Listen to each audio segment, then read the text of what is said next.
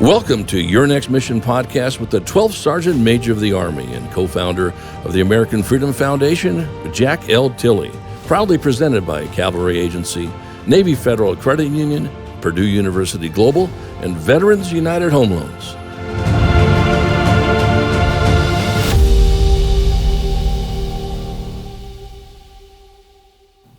Good day out there, veterans and families, and welcome to Season 2 of Your Next Mission, a program initiative of the American Freedom Foundation. I'm Jack L. Tilley, 12th Sergeant Major, and I'm your host, and we have a great show for you today. In fact, we have an unbelievable show for you today. But now, before we get started, I want to thank our presenting sponsors, Cavalry Agency, Navy Federal Credit Union, Purdue University Global, and Veterans United Home Loans for making Your Next Mission happen. They love our veterans and families, and we certainly love them. Today's theme is about leadership, and I'm so excited to introduce Shon Barnwell, speaker, event planner, and author of Leadership is About Behavior, Not Titles. Command Chief, Chief Master Sergeant, U.S. Air Force, retired. I almost didn't do that again. Welcome, Shon. So good to have you on the show, and so good to have you on the show. Thank you, Sergeant Major Tilley. Honored to be here. Thank you so much for all you continue to do for veterans across a full spectrum of areas. It's an honor, and I'm glad to have my Your Next Mission t-shirt on. That's what I'm talking about. And for those who don't have one yet, just know that as you wash it, it gets softer with each wash. So a nice item to add to your wardrobe. There you go. I didn't even know that. I've got several of them, but that's good to know. I have to wash them a little bit more, maybe. So, hey, I know the audience is eager to hear about all the things that's going on with you and, you know, on Shon Barnwell events and all that stuff. So could you tell the audience about you? Sure. So, Sergeant Major, again, Shon Barnwell, retired from the United States Air Force after 25 years of service. I had the privilege of reshaping Air Force organizations on 5 continents. My husband is also retired military. He's a retired civil engineer. And our daughter, while not on active duty, she started her career about a year ago at Fort Gordon and Augusta as a federal employee. So we consider ourselves a full military family. Andre and I have been married for 31 years. We actually celebrate our 31st wedding anniversary in about 2 weeks. And just love the opportunity to mentor upcoming military people.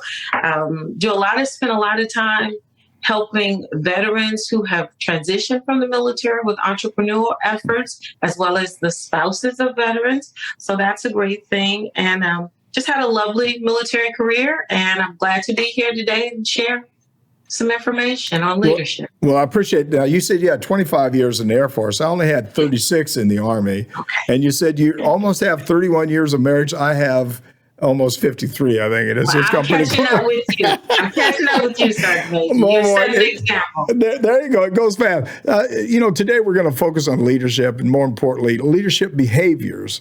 Something that you're certainly familiar with since you wrote the book, certainly a great book. The great book, Leadership is About Behavior, Not Titles.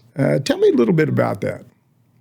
So thank you for your gracious compliment. The book actually came about. I had the opportunity to do some training with a local Fortune 500 company. They wanted me to come in and design a 2-day emerging leader workshop or seminar. And so as we were going through the course of that, the students at the end, they said, Ms. Barnwell, where can we find your book? You know, we want to read more and hear more about your stories and the different things that you've applied as you've grown through your Air Force career. And I had to tell them I didn't have a book at that time. Yeah. And so whenever I do a seminar, when there's something for the group to do, I'll say that's your homework. And when I told them I didn't have a book, they all said in unison, well, ma'am, that's your homework. And so you fast forward, life goes on, COVID hits, and I couldn't plan events. I couldn't book people on cruises, and I was at a standstill. So my husband said, well, you're going to have to find something to do or you're going to drive me crazy. And so I pulled this idea of writing this book on leadership off the shelf and just got that started. You know, it's really funny. I'm going to show you here real quick. You know, I got a copy of your book. You can see it right there. Okay. Ooh. All right. But just to show you too, I've got a copy of my book. I've got a book for myself. But it's really important for us to write books, especially as enlisted. I think it's important because 86% of the force is enlisted, and I think it's important for us to get out and tell our story, tell about the things that are going on in enlisted ranks. I mean, different kind of stuff maybe we're talking about, but I think leadership is leadership. I don't think it changes no matter what you're doing. So what do you think? What would you consider, I guess, is the most impactful leadership behavior of somebody? I mean, is there more? I'm sure there's a lot more, but what's the number one, I guess, for you? Well, definitely. So, Sergeant Major, great question. I have my top four or my top four, depending on how you. Well, let's hear all four of them. I'd like to hear all four. So, definitely. So, first and foremost, for me, and it's worked for me in my career and beyond, show respect to people. We all know how important that is. Mm-hmm. People want respect more than they want money and recognition. Be able to build trust wherever you land. Definitely collaborate, the ability to boost cooperation amongst your team and others, interior or internal and external to your organization. And then lastly, I would definitely say the ability to empower all members of your team. Yeah, I think of all the ones you said, I think you're exactly right. But I think as I look at, if I pick one out of all of them, I think trust would probably be the number one. Because if they don't trust you and they don't believe in you, then they're not gonna follow you. They're not gonna, not gonna believe in your skills. The other thing I think is really important is leading by example. Yes. If you don't have somebody that leads by example, because I'm sure you have too. And throughout my military career, I've ran into a lot of people that tell you what to do, but actually can't do it. Right. So I think rolling your sleeves up and digging in, whatever you have to do, I think that's really important. What kind of leadership advice would you give somebody? Leadership you advise you. I guess the question is, what kind of leadership advice you've ever received that sort of stuck with you a little bit from a leader? I have two, Sergeant Major. The first one that's served me well out in the military and out of the military is the trust but verify. So that has been, especially as a business owner now, definitely with two companies, trust but verify. And the second one is, I would say, to the concept of, if I'm the smartest person in the room, I'm in the wrong room.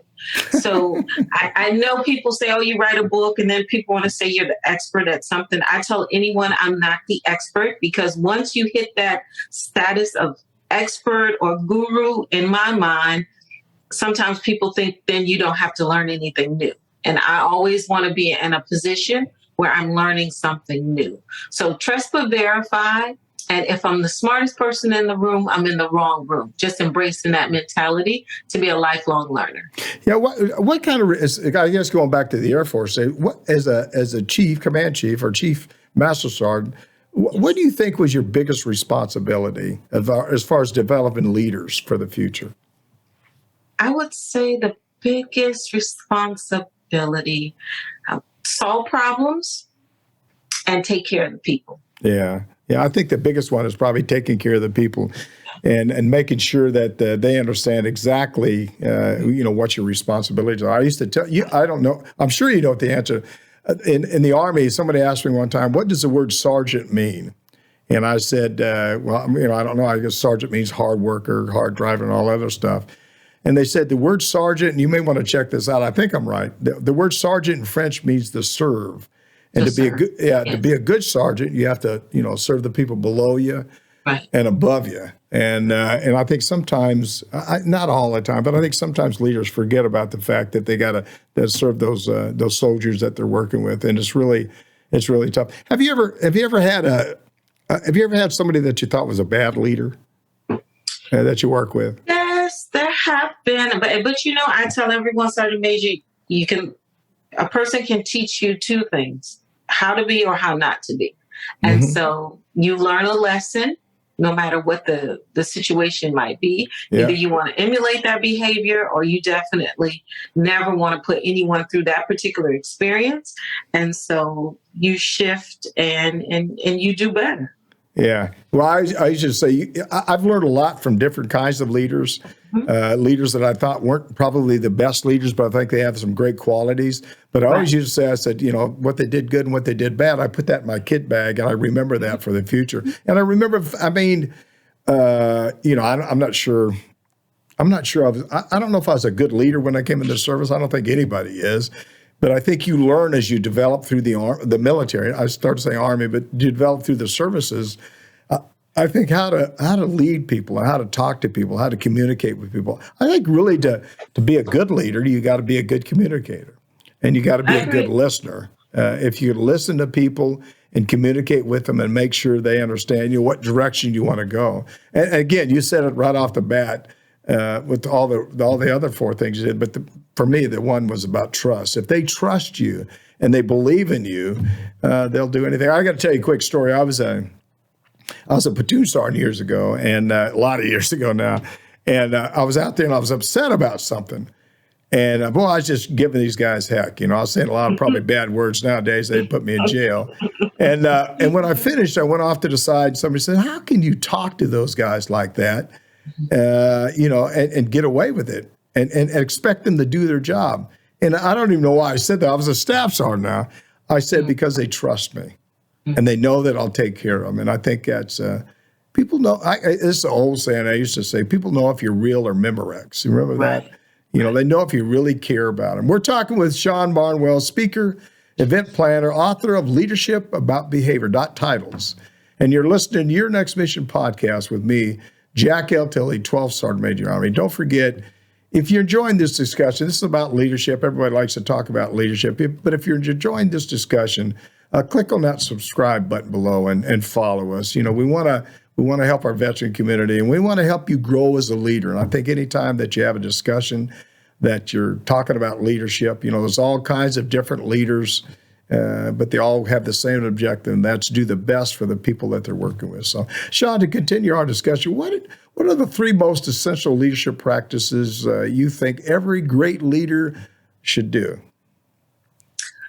So, be a voice for the voiceless, definitely, and that speaks to leading by example as well as taking care of people.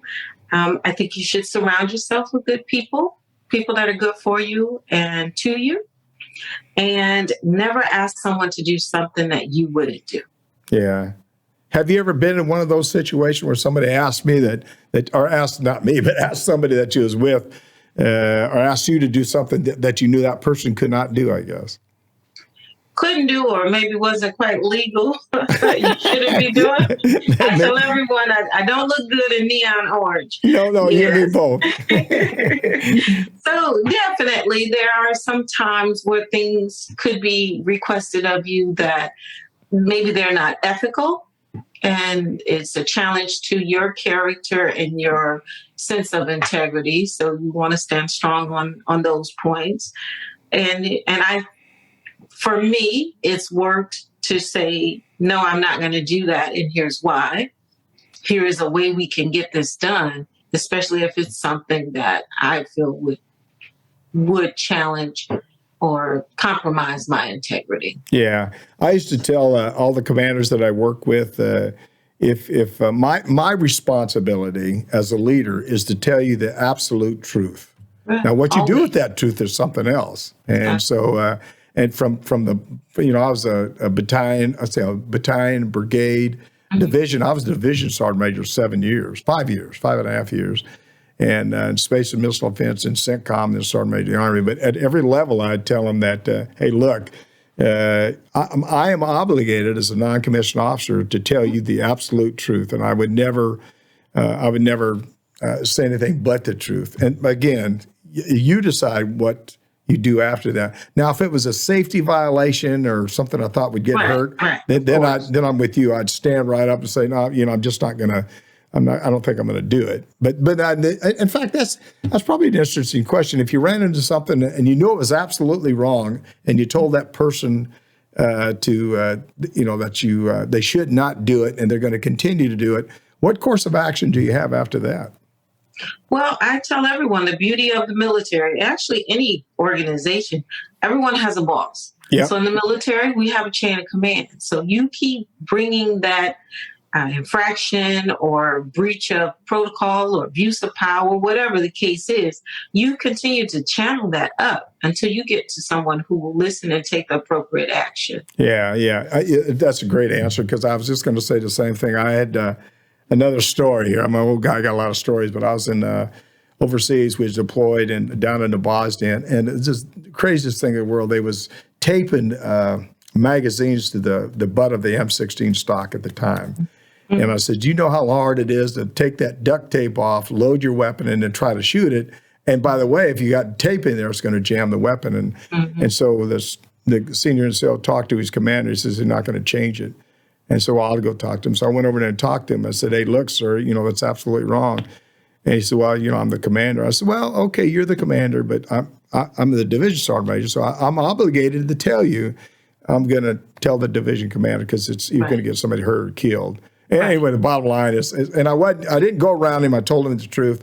But that afternoon or that evening, the division commander had talked to him, and then I went back the following day, and it was all off. So you don't want to do things like that. That's probably the I shouldn't say it's the wrong thing. It's things you don't want to do. But that particular person, we're still friends today. That was like 35 years ago.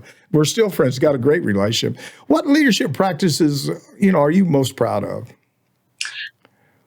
Let's see. I think I would have to definitely say my ability to show up as Shon. So typically wherever I go, my call sign instantly becomes Mama Shon. And Mama Shon. I got a plaque around here with that on here. Yeah. On there, it's Mama Shon. So I show up, as genuine as I can be, whether I'm engaging with a 4-star general or the slick sleeve, we call it, airman basic in the Air Force, and just be that genuine person, a high sense of emotional intelligence, just genuinely concerned about the people, the team, their families, and what's going on with them, and how I can help them get to their next big thing. And again, solve problems. That's what we're all paid to do. We're paid to solve problems. Yeah. Give an example of one of the worst problems you ever had in the Air Force, or even that you've had in any time, that you had to deal with, and it was sort of a struggle, I guess. Yeah.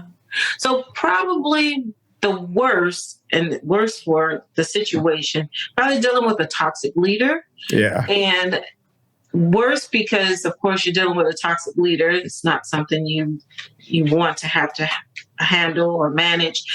And then probably because at the rank that I was at as a senior NCO, a part of it, Sergeant Major, was really hard because it was embarrassing to say to other people, I'm being bullied by my boss. Yeah. That's not something you typically ever hope you'd have to say. And so it was definitely a very trying, difficult time. It impacted me emotionally. It, impacted my family life. But again, like I said, in the military, we have this chain of command. You keep channeling things up until you get to someone who will change. When you can't, first, of course, solve problems at the lowest level. Speak with the person. Let them know what they're doing and how it's impacting you, how you're perceiving it. And then when you can't get any leverage that way or any change in behavior, then naturally you have to escalate that. And I tell anyone in a toxic relationship or experiencing toxic leadership to channel that up before you do something that causes you to leach out and attack that person. And, you can face some legal actions, or before you do anything to harm yourself, channel that up, get to someone who will listen to you. Yeah. Because in some instances, it can be as grave as people wanting to take actions in their own hands. And sometimes that can be pretty devastating. The worst thing about it, a lot of times I think there's problems because people don't talk to each other.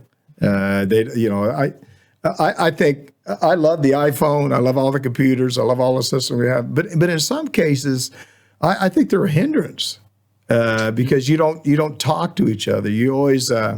Again, another great story. I had a guy great story for me, but I had a guy when I was at school didn't like me. Didn't. And every time I walked by this guy, he'd give me a sort of a dirty look and stuff. And then I was, it was like 10th grade or 9th grade or something like that. Well, the following year was in the same class, and we got to be pretty good friends. And we started talking and stuff. And then one day he told me, he says, he said, I didn't like you before.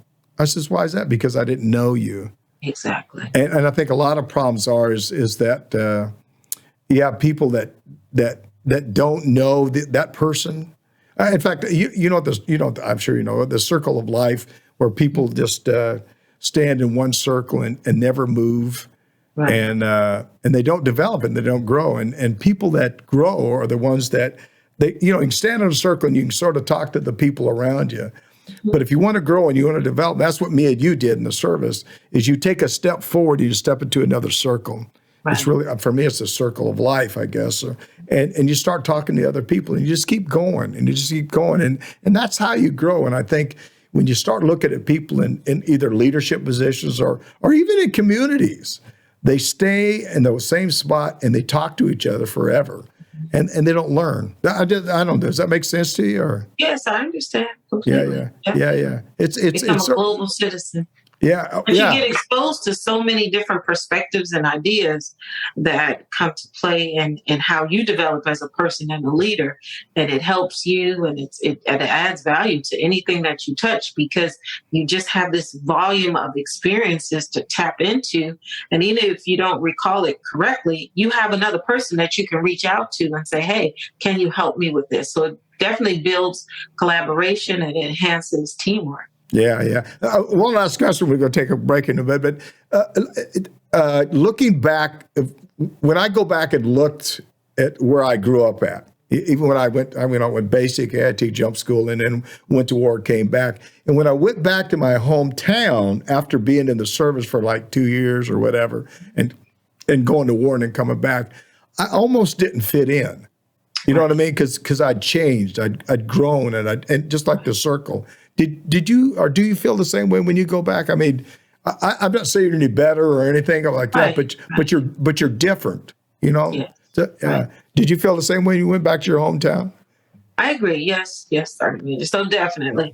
And I agree with you. It's not that you're better than anyone. It's just a different experience. Mm-hmm. When you've lived in different continents and you've met different people, just your exposure to just a global community, it definitely reshapes just your perspective, how you approach problem solving, things that maybe you angered easily about because you've had different exposures. You say, well, let me try to understand that because maybe now it's shaped different, and you can just see that people, if they haven't been exposed to different things, they don't understand. I think it makes you definitely more patient. Yeah. At least for me, it's made me more patient to be open to other ideas.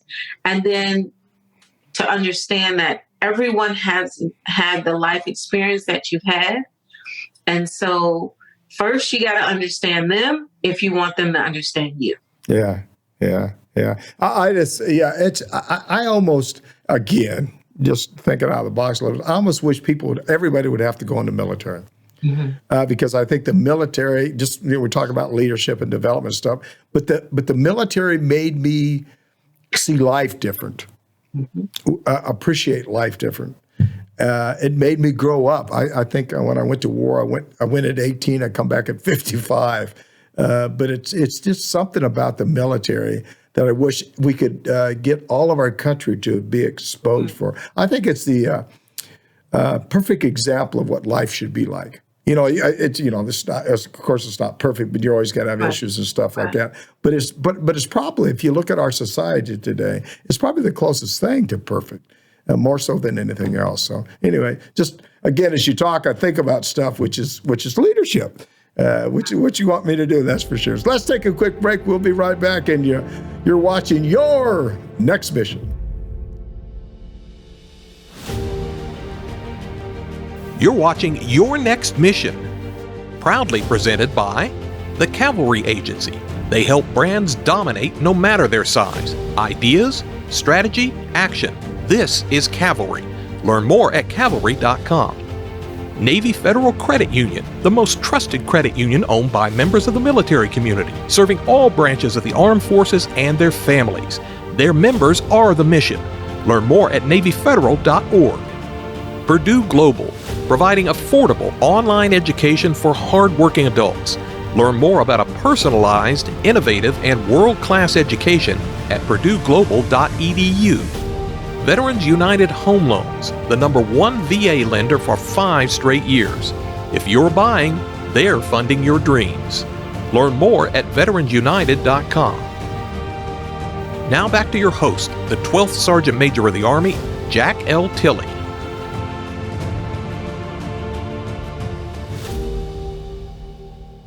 Welcome back. I'm the 12th Sergeant Major of the Army, Jack L. Tilley. We're blessed to be here today with speaker, event planner, author, I got this a mouthful, leadership about behavior, no titles, a Command Master Sergeant of the United States Air Force, retired, Miss Shon Barnwell. And I want all of our listeners to reach out to me directly. Tell us about your transition. Tell us about leadership. I'd love to hear your thoughts about leadership. Tell us about what topics you'd like us to cover on the show, because I tell people all the time, it's not my show, it's our show.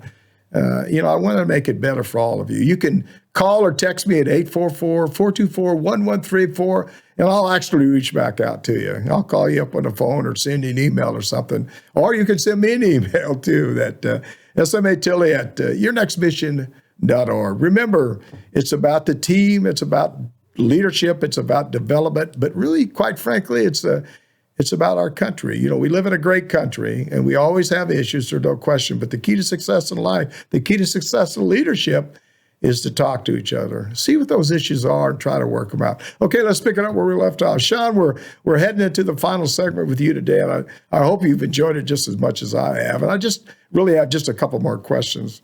What is the greatest sacrifice you've made as a leader? Which I think is an interesting question there. That is an interesting question. So I would have to say, I think when people hear the word sacrifice, they think it's something bad.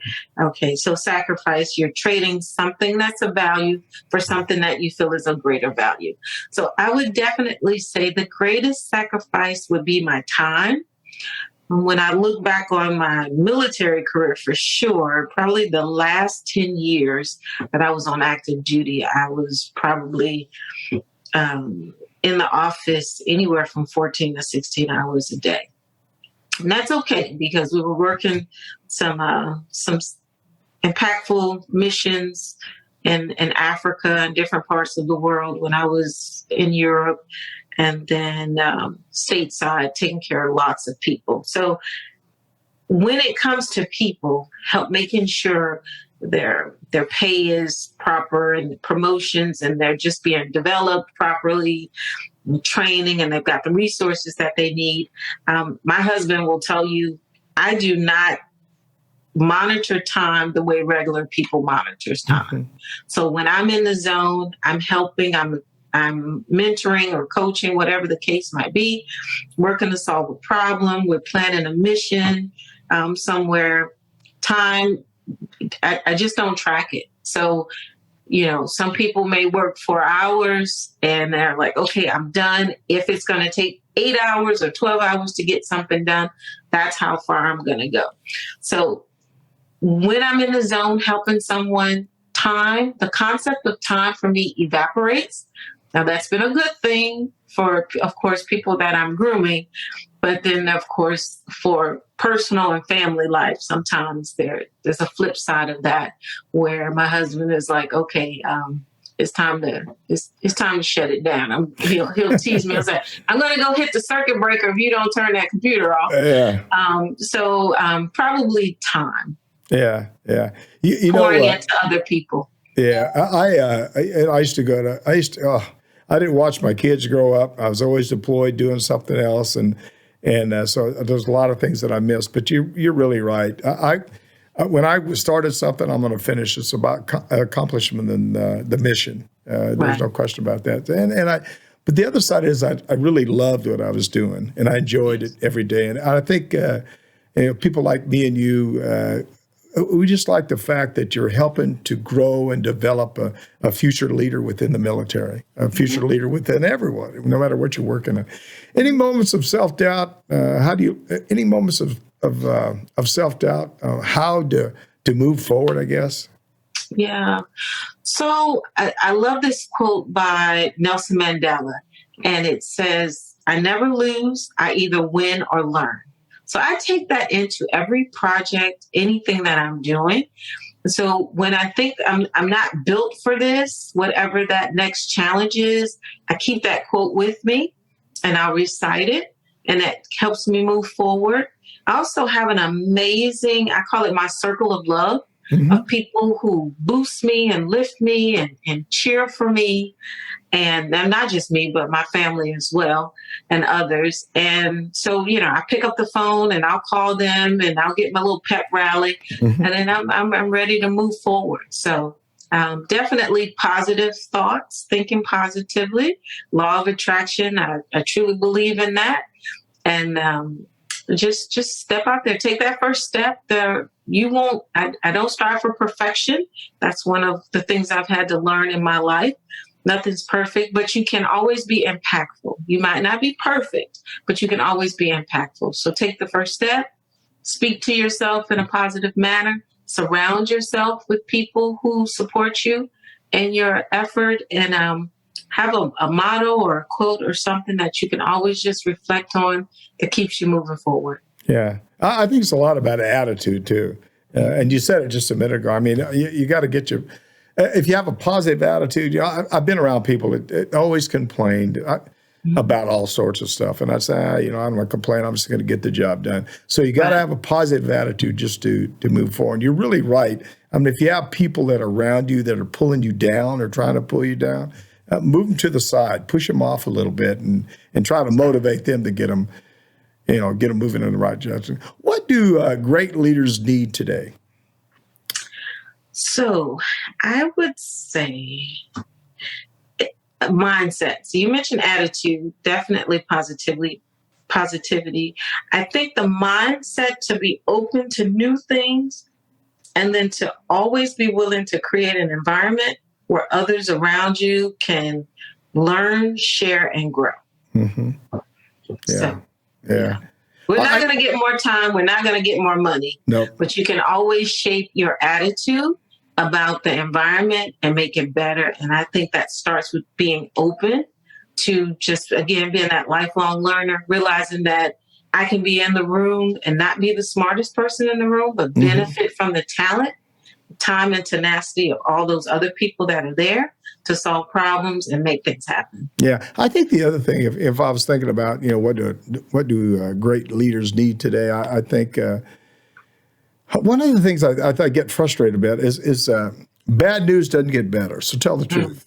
Be honest about what you're saying. Be straightforward. And the other thing is, I get concerned about people that are leaders that don't look me in the eye when they talk to me. So you got to look people in the eye and talk about things that are going on. But I think we've talked about it. Good communications, lead by example, be a good listener, have a good attitude, and integrity. Have integrity. That's right. And you got to earn. And you really, like you said right at the very beginning, is about that trust and confidence in your abilities to accomplish a mission. And if you could somehow harness all that enthusiasm, and that's the other thing. I think you got to be enthusiastic. Even if you come to work and you don't feel well or you're sick or something like that, your attitude reflects on the organization that you're working with. So if you come in with a bad attitude or something that's bothering you a little bit, they'll sort of pick up on that, and they'll be the same way. You'll depress them just like anything else. Right. This is a good question for you. A guy asked me one time. He says, "When you're like a leader, does the company, would a company change if you was a company first sergeant or something? But so does the company change you as a first sergeant, or do you change the company?" That's a question for you. Do you understand? Yeah. So do I change or do they change? I guess really simplify it. I would say both. Yeah, absolutely right. You both You're doing change. it right. It should be both. They're going to impact. They're going to impart on you challenges. That's going to help you grow as a leader. And if you have any blind spots as a leader, I promise you that team is going to make it become a beacon of light. And you're either going to have to fix that blind spot and address it, or it could have some devastating consequences for you as a leader. So that definitely goes both ways. You're going to grow. They're going to grow. You are going to grow together. Again, you may not do everything perfectly, but part of being an impactful leader is realizing when you've done something wrong and you make it right. And you continue to just build that team. But yes, I'd say that's a two-way street. Definitely. Yeah, you're exactly right. You change each other. You find what the happy balance is. The other thing is it's important for you to listen. I used to have, this is sort of fun, years ago when I was a platoon sergeant, I used to have the question of the day. And if my platoon could ask me a question I couldn't answer, I'd give them the day off. I'd only get one of them now. They couldn't all jump on me. But what happened was I challenged them, and collectively we all got better. I mean, I knew what like how long it took to kill a target at 1,500 meters, just a lot of things that probably didn't mean too much, but it was learning about the capabilities of the weapon systems that we're on. So it's you got to challenge the people and make an environment that people enjoy and like to be around. Hey, any final thoughts? Anything you want to share with the audience? Well, I would say that in that example you just used, those weren't just little tidbits. I mean, those are things that would save people's lives. So those were important question of the days, definitely. Well, don't want to downplay that. No. Well, the one thing about that is for me now, all the time in the military, I had, I think I told you it was on the phone, I had 16 trips to Afghanistan, 3 in Iraq, fighting in the streets of Saigon, overran once, 20 wounded, and 7 killed. But what I think about it, what most people, certainly the people that's listening, the audience understand, I hope they do, and the ones that haven't served, I hope you understand it too. When you join the military, you raise your hand and say, I will protect and defend the Constitution of the United States. And to me, what that means is I'm willing to die for your freedoms. Right. And I think sometimes people just don't understand that. And I think it's important for us to understand, us to continue to educate people about the kind of sacrifices that our veterans make. And then the other thing I'd say is that there's people that serve in the military. You serve 25, I serve 36, but we all come out with scars. Sometimes there's scars that you can't see that'll stay with you for the rest of life. Anyway, I'll jump in there. Final thoughts there, Shon. Anything you want to say? Yes, so definitely just speaking to what you said, Sergeant Major, about individuals serving in the military. Definitely, I am grateful for the sense of camaraderie that I've gained, the appreciation for life having deployed to Afghanistan and Iraq. There are things we take for granted every day that when you're in those environments, you just value so much. So I am grateful for the opportunities that I've had to grow as a person, and definitely as a leader, and the Air Force have afforded me that. And just transitioning, I would say to everyone that's out there, again, as a leader, don't spend so much time trying to be perfect. Focus your time on building your toolkit so that you can be impactful. And 3 things for me as a leader was important. It was important for me to know what my troops' next big thing was. If they were struggling with something, whatever the case may be, maybe they wanted to pass a course, maybe they wanted to do well on a fitness test, maybe they were working on a degree, whatever their next big thing, promotions, I needed to know that. I needed to know what kept them up at night, and I definitely needed to know what brought them joy.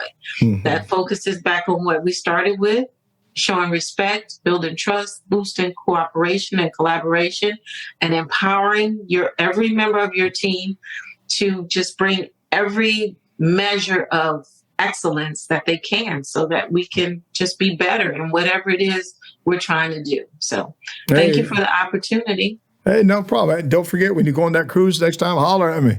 I will. I definitely will. All right. Hey, thanks to Shon Barnwell for being on the show today. I had a great time. It's always good for us to talk about leaders, and we said it. She said it, and I tried to say it probably not as well as she did today, but it's about communicating, talking to each other, find out what differences are, find out how we can make our country better. You know, we live in a great country. We're always going to have issues. You're always going to have concerns, but talk to each other. That's the key to success. Too often today, you walk by somebody and you say hi to them. They look at the ground. They won't talk to you. They won't engage. Well, I tell you what, it's not about you as an individual. It's about the team. It's about how do we make things better for all of us, not that individual. So remember that. It's always good to talk about leaders, and it's always good to have somebody like Shon on the show that certainly cares about our country and cares about developing and growing young adults, making them better citizen in every way for our country. I'm Jack Tilley, 12th Sergeant Major of the Army. You've been listening to Your Next Mission podcast. And again, thanks for listening today. And please visit our website on yournextmission.org and leave me a review. I always say if it could be a good review or a bad review, but it's a review. I don't mind an honest opinion from anybody. Tell the truth.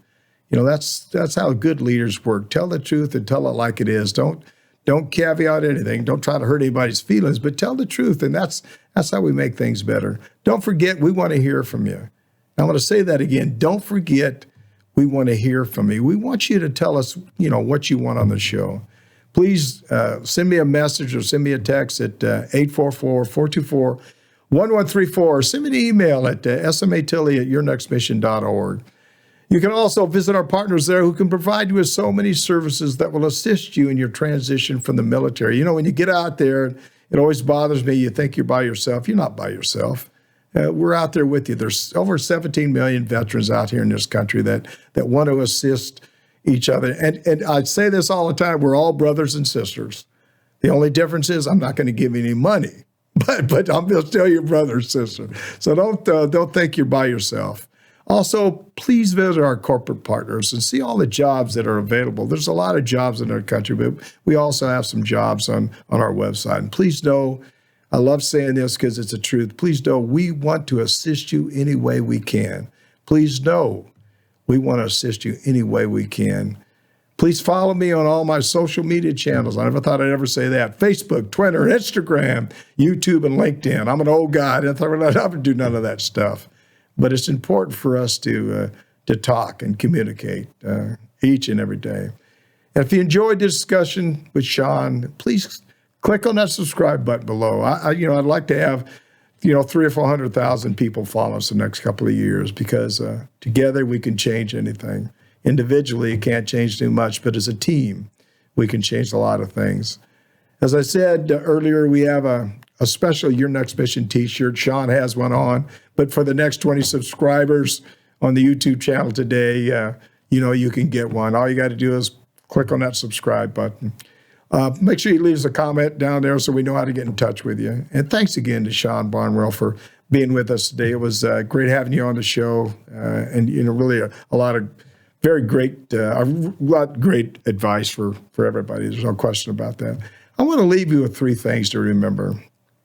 We're dedicating season 2 of Your Next Mission to all those veterans and family members who struggle with mental illness. I said a minute ago to Shon, I said there's a lot of people that come back from war that have scars and scars that you can't see. And here in the last, 6 or 7 months, I've had a couple of my good friends that are committed suicide. Now that bothers me, because I really think, what could I have done a little bit different? What could I have done to help that individual? So I'm going to ask you to do me one favor. Maybe once a week or once every couple of weeks, reach out to somebody you haven't talked to in a long time and check on them, see how they're doing. I have a good friend that talks about it. They call it a buddy check. You can call it anything you want to call it, but it's about checking on somebody you care about and just maybe have not seen for a while. And the two individuals I've talked about, we was great friends during that assignment and hadn't talked to him in 4 or 5 years. And again, I think today, if I'd have reached out to him, could I have made a difference? Could you make a difference if you reach out and check on somebody? Second, I'm proud of my service. Shon's proud of her service. I was in the Army, she's Air Force. We sort of bicker back and forth, but we love each other. So I'd ask you to each Friday wear your hat. You know, I got my hat on just about every day because I don't have much hair, but I got my hat on just about every day, and I'm proud of my service. But show your colors. Let people know that you serve this great country. Let people know that you do have leadership and you want to help people. You want to guide people. You want to be a great role model for our community. And if you really want to, you can take a picture of that hat, send it to me. I'll put it on my social media channels. And the last thing, I want to encourage everyone that's listening today, reach out to your neighbor. Offer a smile or a helping hand. Together, let's try to bridge that divide that has affected so many of us today. You know, we hear sometimes all the negative stuff, and me and Shon talked about it. It's about attitude. It's about doing things right. It's about working together as a country and making this the best country. It is already the best country. And we're stumbling here a little bit. We can make it better. Again, thanks for listening today, and thanks to Cladcast Media, and of course, our 4 presenting sponsors, Calvary Agency, Navy Federal Credit Union, Purdue University Global, and Veterans United Home Loans. We appreciate all you do for our military each and every day. And as always, see you on the high ground. Hooah! You've been listening to Your Next Mission, brought to you by the American Freedom Foundation. Learn more by visiting yournextmission.org.